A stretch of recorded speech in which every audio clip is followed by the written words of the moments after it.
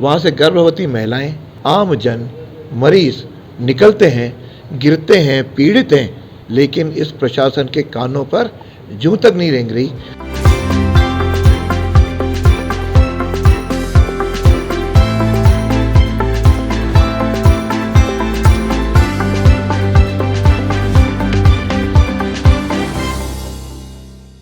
जिलाधीश महोदय को ज्ञापन दिया गया है, जिसमें पहले ही बताया कि 5 सूत्री मांगें रखी गई हैं, जिसमें पानी, बिजली, सड़कें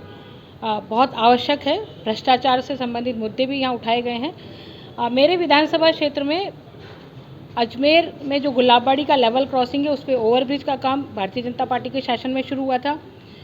अजमेर डेयरी पर फाटक बनाने का काम के ऊपर पुल बनाने का काम भारतीय जनता पार्टी के शासन में शुरू हुआ था, लेकिन RSRDC ने भ्रष्टाचार के कारण से, काम नहीं करने की मंशा के कारण से, राज्य सरकार के पैसे नहीं देने के कारण से वो काम बीच में ही रोक दिए हैं। और गुलाबबाड़ी के नीचे से जो जाने वाला एकमात्र मार्ग है, जो गुलाबबाड़ी से मदार की तरफ जाता है, उसकी सड़क इतनी बदहाल है कि आदमी नीचे से नहीं निकल सकता। ओवरब्रिज के कारण से ट्रैफिक जाम होता है, वो अलग। तो दोनों ओवरब्रिज की बात कही है। इसके साथ ही मेयो लिंक रोड, जो एक मुख्य मार्ग है, उस मेयो लिंक रोड की बहुत बुरी हालत है, उसको ठीक करने की यहाँ मैंने बात की है। और साथ ही साथ जो एस्केप चैनल है, एस्केप चैनल में जो रैंप्स बनाए गए हैं, वो रैंप बनाते समय उसका सारा मलबा वहाँ छोड़ दिया गया है। एस्केप चैनल की गंदगी के कारण से लोगों का जीना दुभर है। तो एस्केप चैनल और साथ साथ में जो खानपुरा तालाब हमारा है, उस खानपुरा तालाब में चूँकि काश्तकारों को परेशानी होती है,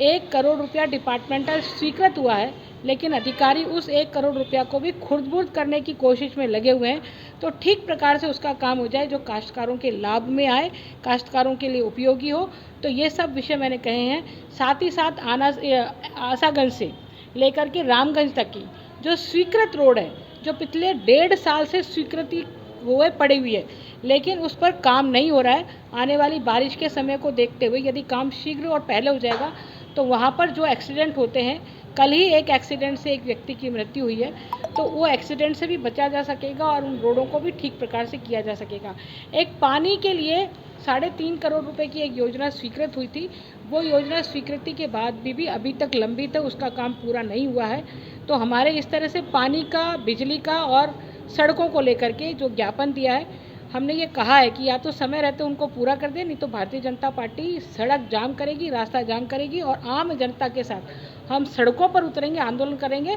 नहीं तो सरकार अपनी चेतावनी के साथ में समझ ले कि इस काम को पूरा करना है। कांग्रेस के अशोक गहलोत की सरकार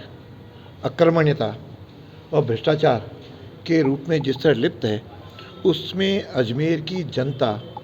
पूरी तरह त्रस्त हो रही है। सड़कों का विषय, जैसा हमारे जिलाध्यक्ष ने भी कहा, आज जनाना हॉस्पिटल की सड़क पहले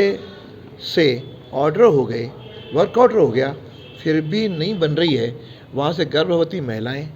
आम जन, मरीज निकलते हैं, गिरते हैं, पीड़ित हैं, लेकिन इस प्रशासन के कानों पर जूं तक नहीं रेंग रही। हम ज्ञापन दे चुके। और साथ में जो एलिवेटेड रोड के नीचे की सड़कें, मैंने आज कलेक्टर साहब को स्पष्ट कहा है, यदि आप 1 सप्ताह के अंदर इनको शुरू नहीं करोगे तो वापस हम इस एरिया में धरने पर बैठेंगे। और चाहे उसमें सड़क जाम होती हो तो हो, और हम जब तक वो बननी शुरू नहीं होगी, बनेगी नहीं, तब तक हम चैन से नहीं बैठेंगे। और साथ में मेरे क्षेत्र में विशेष रूप से पानी की, वहाँ पे बहुत भारी मात्रा में पानी से लोग परेशान हैं। आज भी राज कॉलोनी के लोग, हमने वहाँ प्रदर्शन किया है। पूरे शहर में ये हालत है कि 5 से 6 दिन में हो रहा है। इसमें टैंकर्स जो लोग डालने की बात हुई है, उसमें टैंकर्स वाले लोगों को वॉल जो खोलता है उसके साथ मिली भगत है, जिसके कारण से वॉल न खोल करके लोग परेशान हों और उस आधार पर ये वहाँ पे अपने पैसा जीम सकें। इस पे प्रशासन को तुरंत अंकुर लगाना चाहिए, ताकि जिस प्रकार 30% लीकेज को तुरंत रोकें और साथ में बीसलपुर से जो पानी आ रहा है उसका इक्वल डिस्ट्रीब्यूशन हो। मेरा जो टेल एंड है उस पर लोग बुरी तरह परेशान हैं। तो सड़कें, बिजली और साथ में इसके आड़ में जो भ्रष्टाचार है, उसमें कहा मैंने एक मुद्दा और कहा, जो हमारे ब्रह्मपुरी का नाला है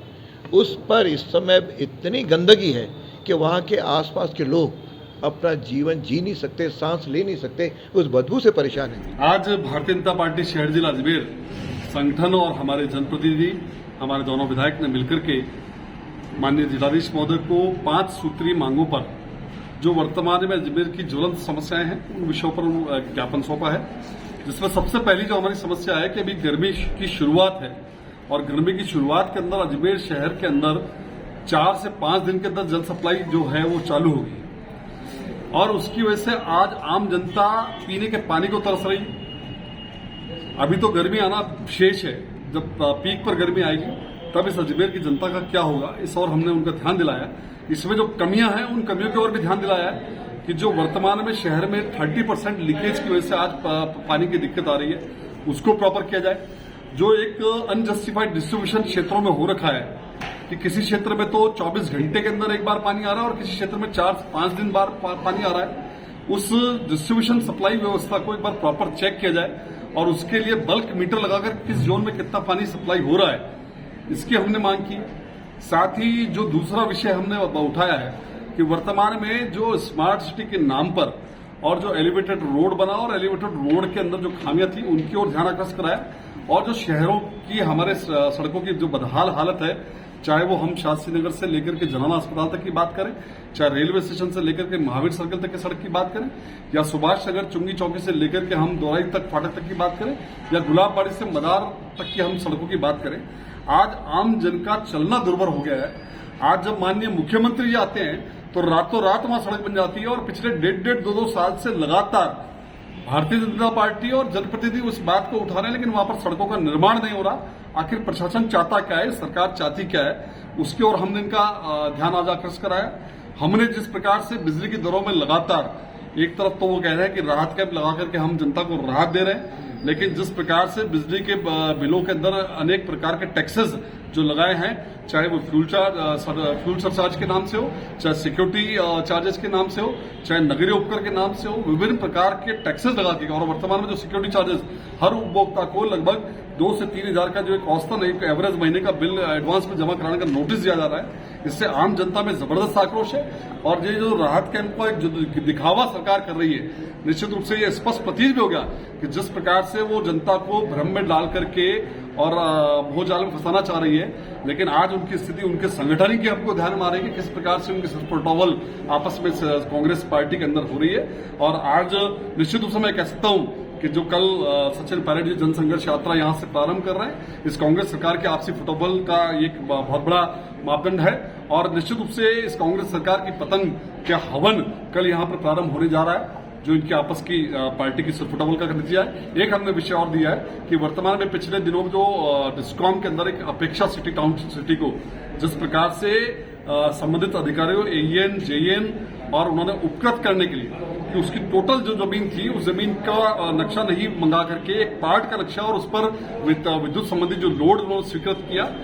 अगर वो पूरी जमीन का नक्शा प्रस्तुत होता और उस पर अगर उनको वो विद्युत कनेक्शन देना होता तो 5 करोड़ रुपए उस टाउनशिप वाले को जमा कराना पड़ते, साथ ही 1000 गज जमीन उसको पावर हाउस के लिए लगानी पड़ती, लेकिन वहां ट्रांसफर जारी करके केवल ट्रांसफार्मर में लगा करके और वहां पर उनको स्वीकृति दी गई। एक बड़ा घोटाला 5 करोड़ का स्पष्ट रूप से सामने है और उसके बाद विडंबना यह है कि संज्ञान में आने के बाद, समाचार पत्रों में आने के बाद भी वो संबंधित जेईएन वो एईएन वो सभी अधिकारी आज भी उन सीटों पर है और अपनी जो उन्होंने काला पीला किया है उसको कहीं न कहीं धोने में लगे हुए। इन्होंने उनको अब तक एपीओ भी नहीं किया। ऐसे कर्मचारियों के खिलाफ हमने आज उनको सस्पेंड करने की मांग भी अपने ज्ञापन में कही है। निश्चित रूप से इन सब विषयों पर हमारा कलेक्टर साहब से सीधा संवाद हुआ है।